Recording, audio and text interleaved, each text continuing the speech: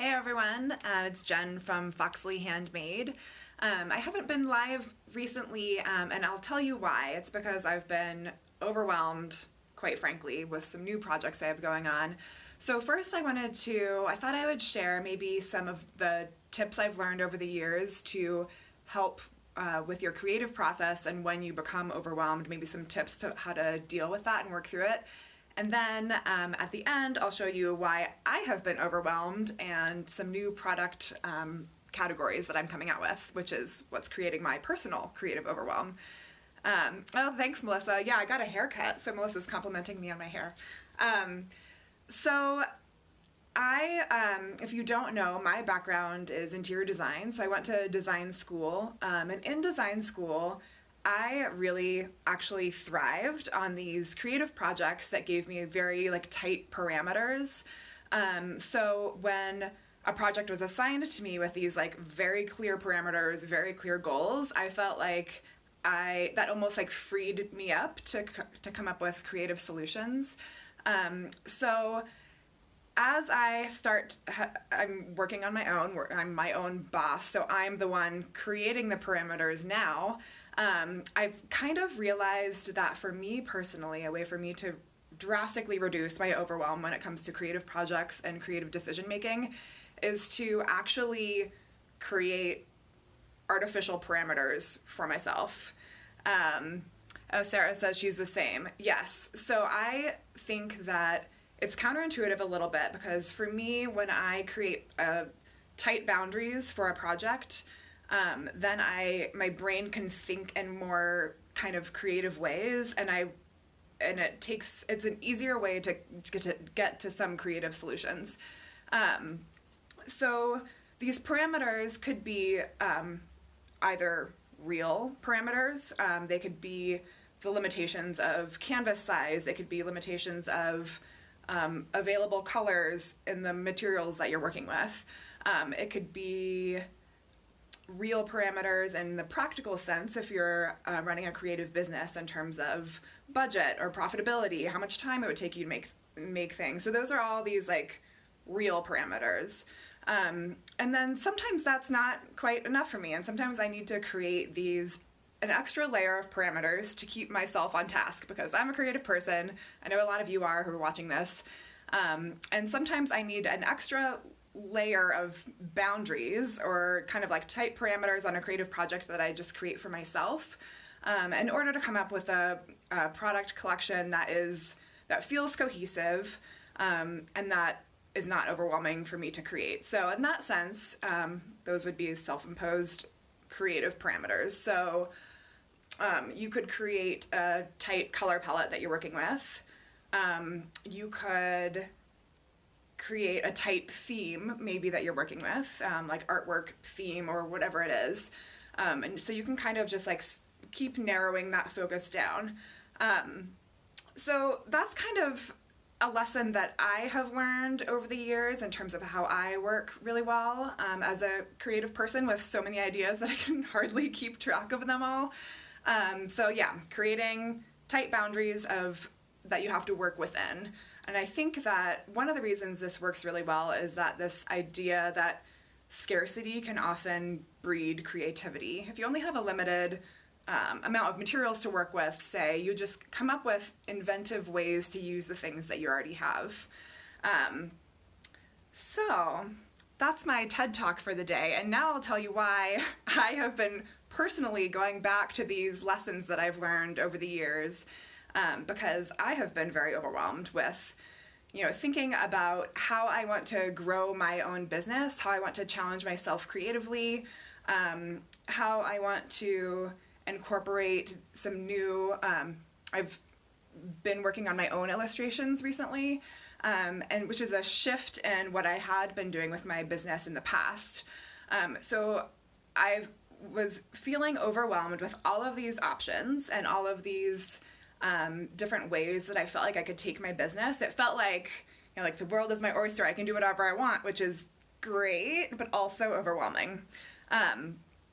So I did a couple polls a few weeks ago about home goods, and how I wanted to start incorporating some textile-based home goods into my product lines. So I am very excited because today I just got a shipment of tea towel and reusable cloth napkin blanks. Like literally this like huge box here just arrived.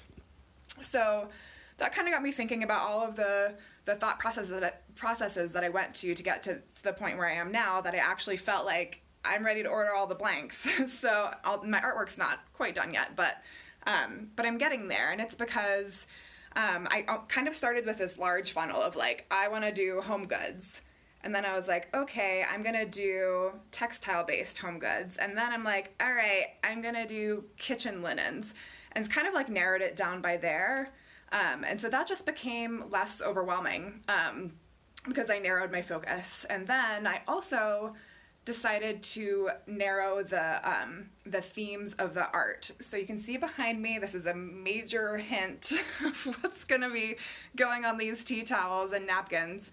I have been showing you a lot of this type of art recently. This is from the Heirloom collection that I launched in February, and at the time I thought that it was going to be kind of this one-off thing. I was going to put it on a couple pouches and kind of button it up and call it good. But I've continued to be inspired by this collection and thinking about different ways that I can kind of reinterpret these folk art motifs that have deep personal significance to me that you can read on previous posts.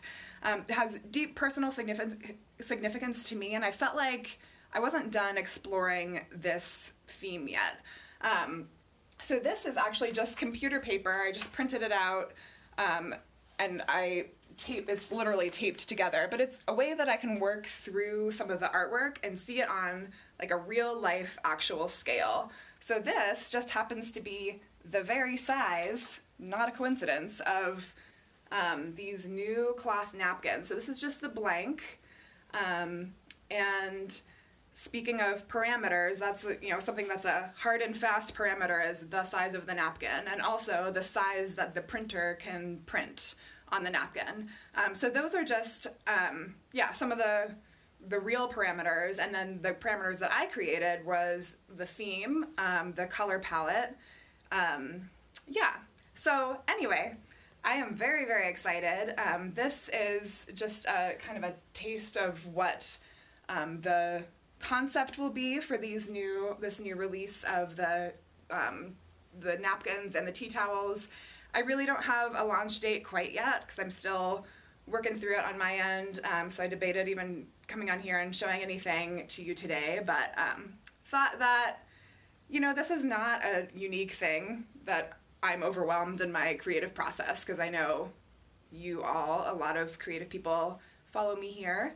And so I thought this would be something that would be beneficial maybe to share with you all. So let me know if you have questions. I see that there's a few of you on here, and I know I see a lot of names of people that I know to be creative people. So right now I am kind of working towards launching a line of these kitchen linens. If you are very insightful, you might see this color card behind me, and this is actually for wool felt. So I've made smaller bags with this wool felt material in the past.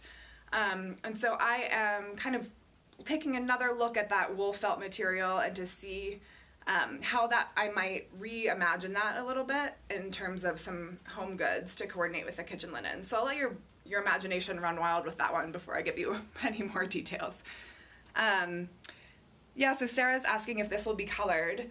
And it definitely will be. I have all of the ink samples from my local screen printer who will be doing all the screen printing for me. And to be honest, that's a little bit of a puzzle.